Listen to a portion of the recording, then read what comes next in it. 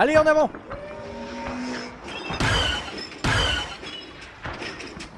Ici L026-54. Demande liaison prioritaire et sécurité avec cible. Oya, que puis-je pour toi? L'Empire t'a encore mis dans le pétrin? On peut dire ça, oui. Coincé sur Ornemental pour mater une poche de criminels. Et l'Empire a vu un peu léger niveau renfort. Et depuis quand les scouts s'occupent des criminels? Mais bon, ça te fait sortir de ton trou qu'est le système en or. Tu serais dispo pour venir me prêter main forte? J'aurais besoin d'un agent ici. Et en plus, il y a quelques contrats à venir prendre ici. Je suis un peu occupé là.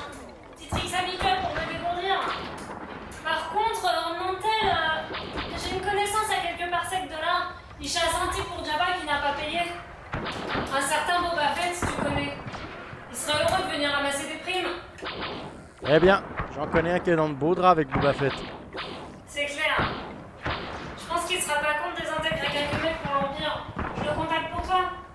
Eh bien, t'as toujours une solution pour moi. Bon allez, j'y retourne. J'essaie de pas tous les tuer avant qu'il arrive alors. Je les veux vivants. Pas de désintégration.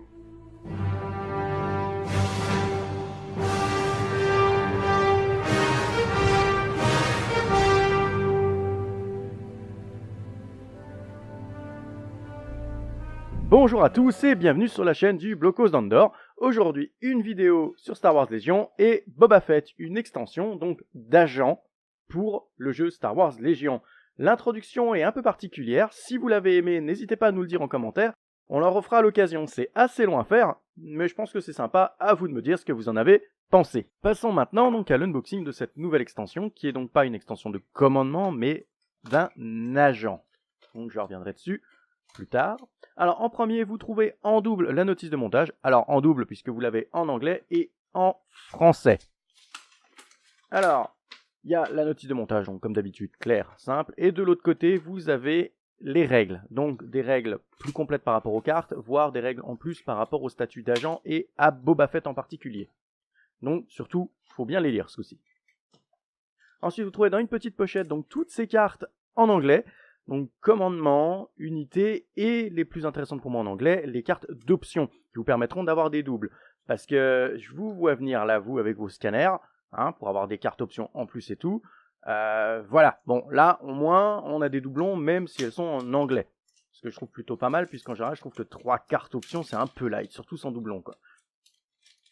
Alors, dans le reste du pack, vous avez bien sûr celle en français, donc 3 cartes options. Je trouve toujours, comme je viens de le dire, un petit peu light à mon goût.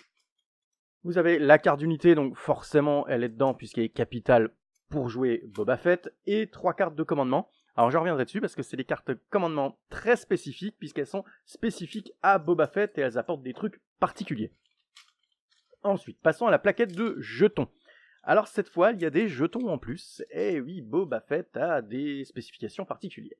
Vous aurez donc des pions pour la vie, suppression, panique, visée, esquive, le pion attente aussi, bien sûr son jeton pour pouvoir le jouer avec le nouveau symbole agent, et les 2 nouveaux pions dont je vous parlais, les pions donc immobilisation, qu'introduit donc Boba Fett dans ce jeu.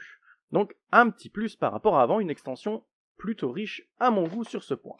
Et le meilleur pour la fin, la figurine. Alors, comme à mon habitude, elle est prémontée, sinon vous trouverez toutes les petites pièces détachées dans ce petit sachet. Alors, la figurine, franchement, elle dépote. La pose, rien que ça, très dynamique, c'est excellent. La qualité de la sculpture est meilleure à mon goût, puisqu'on a même quelques éraflures sur, donc, notamment son jetpack de visible. Au niveau moulage, je dirais qu'ils ont fait des efforts aussi, il y a un peu moins de traces dessus. Alors, à savoir que par rapport à la figurine présentée en photo, normalement, il y a 2 petites flammes qui se collent donc aux sorties du réacteur. Je les ai pas collées, parce qu'à mon avis, c'est le genre de pièce qui va se barrer sous le terrain, et j'ai pas envie de les chercher sous la table.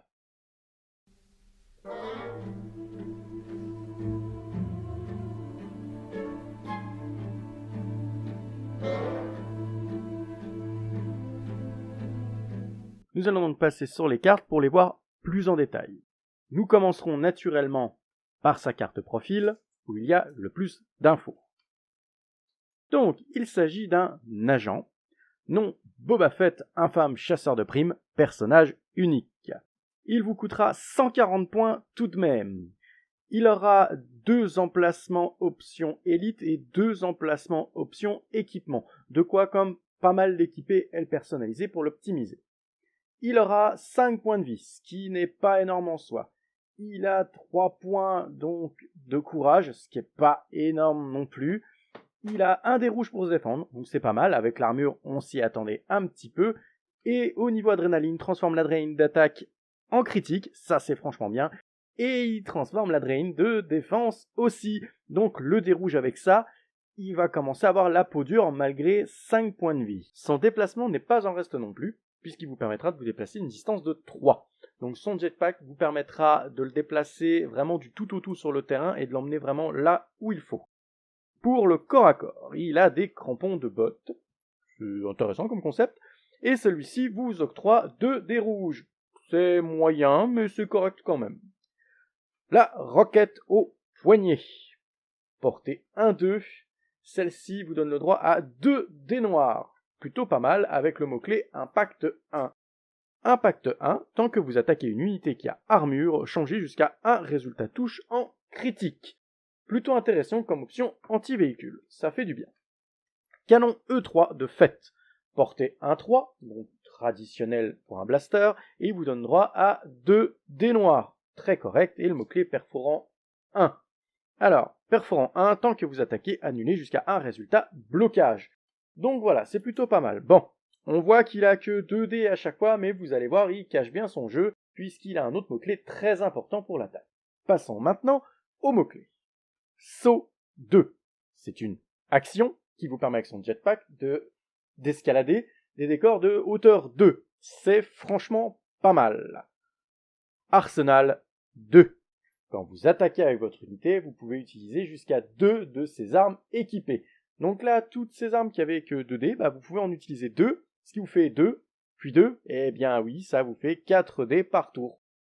Vraiment intéressant, un Boba Fett, pour le coup, est vraiment offensif. Prime. Après la mise en place, placez un pion victoire sur un commandant ou un agent ennemi. Si vous vainquez une unité dotée d'un pion victoire, déplacez ce pion sur vous. Donc le pion qui était sur la figurine que vous venez de battre, vous le mettez ici sur Boba Fett. À la fin de la partie, si vous possédez un pion victoire, gagnez-le. Donc sous-entendu, ici, Boba Fett doit être en vie jusqu'à la fin de la partie pour profiter donc de la prime et donc d'un objectif supplémentaire. Un point objectif qui n'est pas négligeable dans la course à la victoire. C'est un truc sympathique, ça met bien en avant le côté chasseur de primes, j'aime bien. Insensible. Tant que vous défendez, si la réserve d'attaque a perforant X, lancez X dés de défense supplémentaire. Alors c'est bien des dés supplémentaires. Exemple, on vous attaque avec un blaster qui a 2 dés d'attaque et qui a la règle perforant 2. Vous lancez bien, et oui, on lance 4 dés pour contrer cette attaque. Les 2 dés de base, plus les 2 dés de insensible. Ce qui vous permettra d'avoir 4 blocages, auquel cas vous ne subirez aucune blessure, ou par exemple 3 blocages, auquel cas vous subirez une blessure.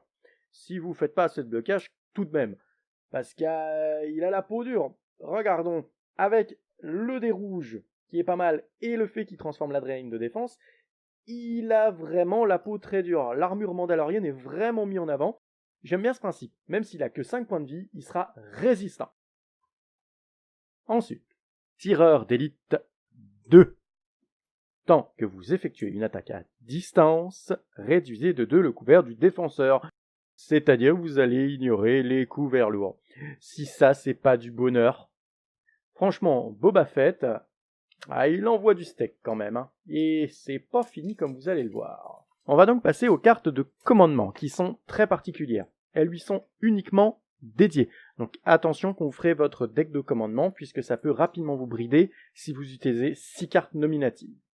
Alors, sa première carte, pour une puce, lanceur de cordes, vous pouvez donner un ordre uniquement à Boba Fett. Boba Fett peut effectuer des déplacements tant qu'il est engagé avec une unité dotée d'au moins un pion immobilisation. Pendant son activation, Boba Fett gagne. Alors il gagne une action supplémentaire qui est choisissez une unité de soldats ennemis à portée 1 et en ligne de vue. celle-ci gagne 2 pions immobilisation et 2 pions suppression. Donc c'est vachement utile. Ce qui est intéressant, c'est que vous allez immobiliser une unité et vous pourrez bouger après. Les pions immobilisation, c'est ceux qui étaient en supplément sur la carte de pions, bien sûr. Donc c'est une carte plutôt pas mal, puisque s'il est verrouillé au corps à corps, vous pouvez le déverrouiller donc de ce combat, en plus d'infliger direct 2 pions suppression. Alors, seconde carte de commandement, pour 2 puces, lanceur de flammes ZX. Boba Fett, bien sûr. Pendant son activation, Boba Fett gagne l'arme suivante. Alors, de corps à corps à portée 1, un dé rouge, déflagration, souffle. Donc il gagne un lance-flamme qu'il pourra utiliser soit en étant verrouillé au corps à corps, soit jusqu'à une portée de 1, en général du corps à corps jusqu'à une portée de 1, et vous cramerez tout ce qui est dans sa zone de vue, donc de portée 1 en ignorant les couverts. C'est terrible, je vous la recommande. Perso, j'ai cramé une escouade quasi complète de rebelles avec, elle est terrible. Passons à la dernière carte, pour 3 puces. Boba Fett, pendant son activation, Boba Fett gagne donc l'arme suivante, la roquette dorsale Z6. Portée 3-4, un petit peu restrictif, mais celle-ci a 3 dés rouges. Elle a déflagration et impact 2. Donc c'est 3 dés rouges qui vont bénéficier, en plus d'être le fait d'être de très bons dés, d'avoir l'adrénaline d'attaque qui se transforme en critique, d'avoir impact 2 si jamais vous tirez sur un véhicule ayant armure, et d'ignorer les couverts. Bref, sa seule restriction, c'est sa portée 3-4. Pour moi, elle est donc pas à mettre en doublon avec l'attaque à distance de Virse. Faut bien réfléchir quand on la prend à l'environnement du terrain de jeu, mais avec son déplacement de 3, elle sera assez facile à loger en cours de bataille, en plus d'être très efficace. Voilà, ces cartes de commandement sont vraiment terribles. Après ce tour d'horizon des cartes de commandement, on va passer aux cartes options. On va commencer par celle, la nouvelle, donc, qu'intègre cette extension Chasseur. Pour 6 points, emplacement élite. Tant que vous attaquez une unité de soldats blessés. Lors de l'étape lancer les dés d'attaque, vous pouvez gagner un pion visé. Donc si l'unité adverse en a déjà pris plein les dents, donc a déjà perdu un mec par exemple, eh bien vous gagnez un pion visé. C'est pas mal du tout. Alors du coup, vous pourrez utiliser celle en anglais pour mettre sur d'autres unités comme par exemple les scouts, ce que je vais faire. Ensuite, une carte déjà connue, évitement et couvert. Pour 8 points, emplacement élite. Tant que vous défendez contre une attaque à distance, lors de l'étape appliquer les esquives et couverts, vous pouvez gagner un pion suppression. Alors, le pion suppression vous donne un couvert de 1, ce qui vous permet d'annuler une des attaques touches standard.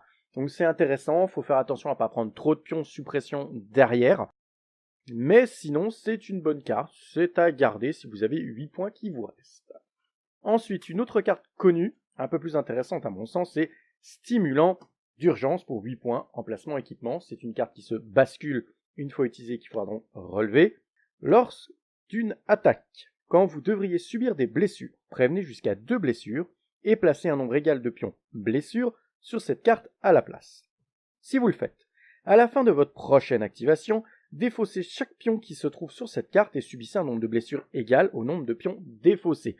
Donc cette carte vous permet en fait de pouvoir avoir une dernière activation de votre figurine ici, Boba Fett en l'occurrence, alors qu'il devrait être mort. Si vous l'avez déjà joué ce tour-ci, ça veut dire qu'il résistera jusqu'à la fin de son activation du tour suivant. Et comme Boba Fett, il est quand même assez corsé au niveau assaut, il envoie du pâté, il a la peau dure, on va certainement peu hésiter de l'envoyer au combat, et ce sera toujours ça de prix pour pouvoir le garder un peu plus longtemps sur le terrain, puisqu'il sera tout de même une pièce maîtresse de votre armée. Alors, quand j'avais lu les premiers rapports de bataille, les premiers avis sur le net, j'étais vraiment mitigé. Et à la première lecture un petit peu aussi, parce que ces cartes de commandement sont vachement restrictives quand même, mais au final c'est un super personnage. Son statut d'agent est donc particulier en soi, mais franchement il est à ajouter à votre armée. Cette vidéo touche à sa fin et je vous dis à la prochaine fois. N'hésitez pas à regarder les autres vidéos de la chaîne et à vous abonner au besoin.